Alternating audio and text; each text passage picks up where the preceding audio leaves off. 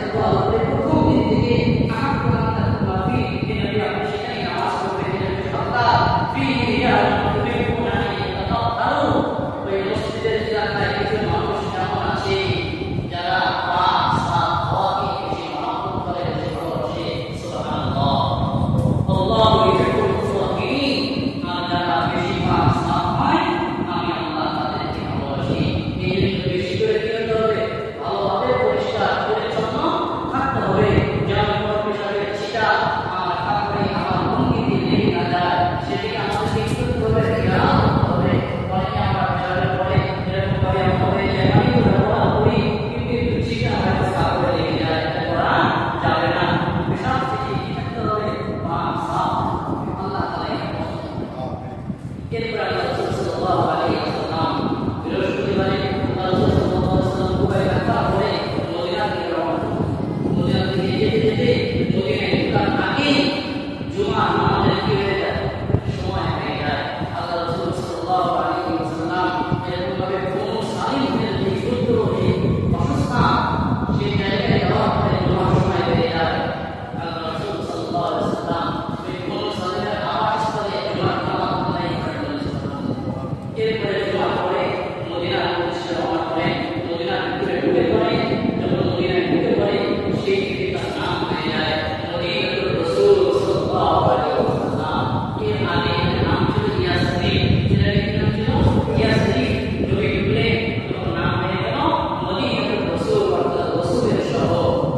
নবী যখন ঢুকলে মক্কা যুবকরা ছেলেরা নবীকে আসাম সালাম জানালেন। তারা এরকম কবিতা করতে করতে তারা আল্লাহু আলাইনা মিন সানিয়াতিল ওয়ালা ওয়াশাদু আলাইনা মা আলাইনা, আমাদের উপরে যাদের আগমন হয়েছে সানিয়াতুল ওয়ালা থেকে যা উঠেছে, আমাদের উপরে নবীর শুকরিয়া করা, আল্লাহর শুকরিয়া করা ওয়াজিব হয়েছে। আইয়ুহা মুমিনুনা ইত্তাবিল্লাহ লিল্লাহ, এরকম ভাবে তারা কবিতা বলে বলে নবীকে স্বাগতম জানিয়ে মদিনাতে নিয়ে গেলেন। আল্লাহ রাসূল সাল্লাল্লাহু আলাইহি ওয়াসাল্লাম এরকমভাবে মদিনায় যাওয়ার পরে সর্বপ্রথম হযরত আবু আইয়ুব আনসারী রাদিয়াল্লাহু তাআলা আনহু কি করলেন, অবস্থান করলেন। সেখানে থেকে আল্লাহ নবী সাল্লাল্লাহু আলাইহি ওয়াসাল্লাম মসজিদে নববীর নির্মাণ করলেন। মসজিদে নববীর নির্মাণে শুধু সাহাবায়ে কেরাম শ্রম দিয়েছেন এমন নয়, বরং স্বয়ং নবী মুহাম্মদুর রাসূলুল্লাহ সাহাবায়ে কেরামের সঙ্গে কাঁধে কাঁধ মিলিয়ে মসজিদে নববীর নির্মাণ কাজে অংশগ্রহণ করেছেন। মসজিদে নববীর নির্মাণ হয়ে গেল। মসজিদে নববীর নির্মাণের পরে তার পাশেই এরকম ভাবে কাঁচা কিছু ঘর নির্মাণ করলেন। মেজরের সাউথ দিয়ে কিছু কামরা নির্মাণ করলেন, কিছু ঘর নির্মাণ করলেন। যেখানে নবীর স্ত্রী মুমিনদের মা উম্মাহাতুল মুমিনিন এক কামরায় থাকতেছিলেন। এই কামরাগুলো নির্মাণের পরে হযরত মুহাম্মদ রাসূলুল্লাহ সাল্লাল্লাহু আলাইহি ওয়াসাল্লাম আবু আইয়ুব আনসারীর বাড়ি থেকে সেই কামরায় চলে আসেন। এরপরে আল্লাহ রাসূল সাল্লাল্লাহু আলাইহি ওয়াসাল্লাম মদিনাকে একটি এরকমভাবে মডেল রাষ্ট্র হিসেবে, আদর্শ রাষ্ট্র হিসেবে আল্লাহ রাসূল ধীরে ধীরে সেটিকে এরকম মডেল রাষ্ট্রে রূপান্তরিত করলেন, মডেল রাষ্ট্র বানালেন, মডেল শহর আল্লাহ রাসূল সাল্লাল্লাহু আলাইহি ওয়াসাল্লাম। কিভাবে বানালেন? আল্লাহ রাসূল সাল্লাল্লাহু আলাইহি ওয়াসাল্লাম যে সমস্ত আনসার সাহাবায়ে কেরাম ছিল, তারা যারা মক্কা থেকে হিজরত করে মদিনায় এসেছিল, এদেরকে আল্লাহ রাসূল সাল্লাল্লাহু আলাইহি ওয়াসাল্লাম পরস্পরে ভাই বানিয়ে, কি বানিয়ে? ভাই বানিয়ে। 90 জন সাহাবী, 45 জন আনসার সাহাবী, 45 জন মুহাজির সাহাবীকে আল্লাহ রাসূল সাল্লাল্লাহু আলাইহি ওয়াসাল্লাম পরস্পরে ভাই ভাই বানিয়ে, তুমি এর ভাই, তুমি এর ভাই, তুমি এর সহযোগিতা করবে, তুমি এর সহযোগিতা করবে। তোমার জমি আছে, তোমার জমি তোমার এই মুহাজির ভাই চাষাবাদ করবে, ফসল জমিতে ভাগ করে নেবে। তুমি এর বিপদে বসে দাঁড়াবে, ও তোমার বিপদে বসে দাঁড়াবে। তুমি মারা গেলে তোমার সম্পত্তির মিরাস সে পাবে। এই নিয়ম চলতে লাগলো। এরপরে আল্লাহ তাআলা আয়াত নাযিল করে দিলেন, ওয়াল্লাহু কামি বা'দুকুম আওলা বিবাদ, যারা রবের সম্পর্কে আত্মীয় তারা আপনার হবে, তারা একটা সম্পর্কে ভাই ভাইয়ের ভিতরে কি হয়ে গেল, রোহিত হয়ে গেল। কেননা তখন ওই মুহাজির সাহাবায়ে কেরাম সম্পত্তি কি হয়ে গিয়েছিলেন, মালিক হয়ে গিয়েছিলেন। ব্যবসা মুহাজির সাহাবায়ে কেরামের ত্যাগের বিনিময়ে, তাদের কাজের বিনিময়ে, তাদের কষ্টের বিনিময়ে মুহাজির সাহাবায়ে কেরাম বাড়ি এসেছেন, ঘর এসেছেন, আত্মীয় স্বজনকে রেখে, সমস্ত সম্পত্তি রেখে একেবারে শূন্য হাতে মদিনাতে এসেছেন। আর মদিনার আনসার সাহাবায়ে কেরাম সেই মুহাজির সাহাবায়ে কেরামকে নসরত করেছেন, সাহায্য করেছেন। মুহাজিরদের ত্যাগ আর আনসারদের সাহায্য, এই দুইয়ের মাধ্যমে মদিনাকে একটি মডেল রাষ্ট্রে রূপান্তরিত হয়ে গেল। সুবহানাল্লাহ। একবারে আব্দুল্লাহ ইবনে সালাম আসলেন, এসে বললেন, ইয়া রাসূলুল্লাহ, ইয়া হাবিবাল্লাহ, আমি আপনাকে তিনটি প্রশ্ন করব, যে তিনটি প্রশ্নের উত্তর নবী ছাড়া কেউ দিতে পারে না। এক নম্বর প্রশ্ন, ইয়া রাসূলুল্লাহ, আওমা আউয়ালু আশরাতিস সাআ, কিয়ামতের তো অনেক আলামত আছে, তবে সর্বপ্রথম আলামত কোনটি, আমাকে একটু বলে দিবেন। দুই নম্বর হলো, ইয়া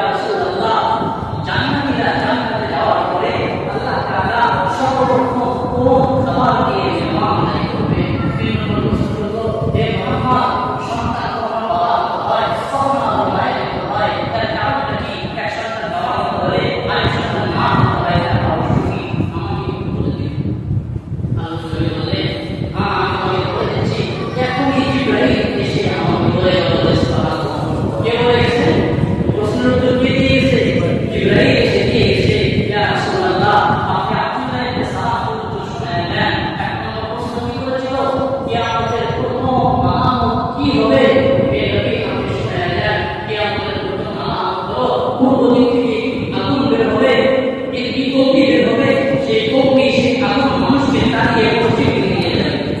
এটা হলো কিয়ামতের কিয়ামত। দুই নম্বর আপনাকে প্রশ্ন করেছে ইয়া রাসূলুল্লাহ, আল্লাহ তাআলা জান্নাতীদেরকে সর্বপ্রথম কোন খাবার দিয়ে মেহমানদারি করবে? ইয়া রাসূলুল্লাহ, আপনি বলে দেন আল্লাহ তাআলা জান্নাতীদেরকে সর্বপ্রথম যে খাবার দিয়ে মেহমানদারি করবে সেটা হলো জিয়াদাতুল কাবিল রূহ, মাছের কলিজার যে অতিরিক্ত অংশ আছে সেই অংশ দিয়ে আল্লাহ তাআলা জান্নাতীদেরকে মেহমানদারি করবে। একজন কি করবে? সমস্ত জান্নাতীকে একটা মাছের কলিজা অতিরিক্ত অংশ দিয়ে মেহমানদারি করবে। তাহলে সেই মাছটা কত বড় হতে পারে? এরপরে আপনাকে প্রশ্ন করেছে সন্তানকে মায়ের মতো হয়, সন্তানকে বাবার মতো হয়। ইয়া রাসূলুল্লাহ, আপনি বলে দেন স্বামী স্ত্রীর মিলনের পরে স্বামীর যখন বিয়ে হয়, স্ত্রীর যখন বিয়ে করতে যায়, সেই যাওয়ার সময় কোথায় যাওয়ার প্রতিযোগিতা হয়। একটা কি হয়? প্রতিযোগিতা হয়। যার বেটা স্ত্রীর রেখে না গিয়ে পৌঁছে সন্তানটা তার হয়ে যায়। যদি বাবাটা আগে পৌঁছে বাবার মতো হয়ে যায়, যদি মাটা আগে পৌঁছে মার মতো হয়ে যায়। আমার ক্ষেত্রে সন্তান কিরকম বলবে? আমার তো আমার বুঝে আসছে এরপরে আপনাদের সালাম করবো, আশহাদু আন্নাকা রাসূলুল্লাহ, হে মুহাম্মদ আমি সাক্ষ্য দিচ্ছি আপনি আল্লাহর রাসূল। কেননা এই উত্তর নবী ছাড়া দেওয়ার ক্ষমতা কারণ। এরপরে আপনাদের সালাম করবো, ইয়া রাসূলুল্লাহ আপনি মদিনায় এসেছেন, মদিনায় ইহুদ সম্প্রদায় আছে, এরা খুব বিদ্যুৎ, এরা খুব মানুষের উপরে অপবাদ দেয়, মানুষের বদনাম খুব করতে পারে। ইয়া রাসূলুল্লাহ আপনার যদি বিশ্বাস না হয় আপনি কিছু ইহুদিকে ডেকে আমার ব্যাপারে জিজ্ঞাসা করুন। আল্লাহ রাসূল সাল্লাল্লাহু আলাইহি ওয়াসাল্লাম কয়েকজন ইহুদিকে ডাকলেন, ডেকে বললেন আইয়ু রাজুলিন ফীকুম ইবনু সালাম, আব্দুল্লাহ ইবনে সালাম নামে তোমাদের কোনো ব্যক্তি আছে? তারা বলল হ্যাঁ আছে। ইবনুনা ওয়া ইবনুনা আলিমুনা ওয়া মুআল্লিমিনা, দেখে মনোযোগ সহকারে করবে। ইহুদ কিন্তু হ্যাঁ আছে, সে তো আমাদের বড় পণ্ডিত, শুধু পণ্ডিত নয়, তার বাবাও বড় পণ্ডিত, সে বড় আলেম, তার বাবাও বড় আলেম। যখন আব্দুল্লাহ ইবনে সালামের প্রশংসা করা হলো তখন আল্লাহ রাসূল বললেন, হে ইহুদ, সেই আব্দুল্লাহ ইবনে সালাম যদি ইসলাম গ্রহণ করে তাহলে তোমরা ইসলাম গ্রহণ করবে। তোমরাই তো বলতে আব্দুল্লাহ ইবনে সালাম অনেক বড় আলেম, অনেক বড় জ্ঞানী, অনেক বড় পণ্ডিত, সে যদি ইসলাম গ্রহণ করে তোমরাও করবে। তখন তারা বলবে কিন্তু আল্লাহ জানি তেমনটা হতে পারে না, আল্লাহ আব্দুল্লাহ ইবনে সালামকে এই ইসলাম থেকে দূরে রাখুক বলে নাউযুবিল্লাহ। যে এই কথা বলতো তখন আব্দুল্লাহ ইবনে সালাম ভিতর থেকে বের হয়ে এসে বলল আশহাদু আল্লা ইলাহা ইল্লাল্লাহ, বলে করি আশহাদু আল্লা ইলাহা ইল্লাল্লাহ ওয়া আশহাদু আন্না মুহাম্মাদান রাসূলুল্লাহ। হে ইহুদ, তোমরা শুনে রাখো আমি মুসলমান কোথায় হতে পারে না, আমি সাক্ষ্য দিচ্ছি আল্লাহ তাআলা মাবুদ নাই, আর আমি সাক্ষ্য দিচ্ছি এই মুহাম্মদ হচ্ছে আমাদের রাসূল। সুবহানাল্লাহ।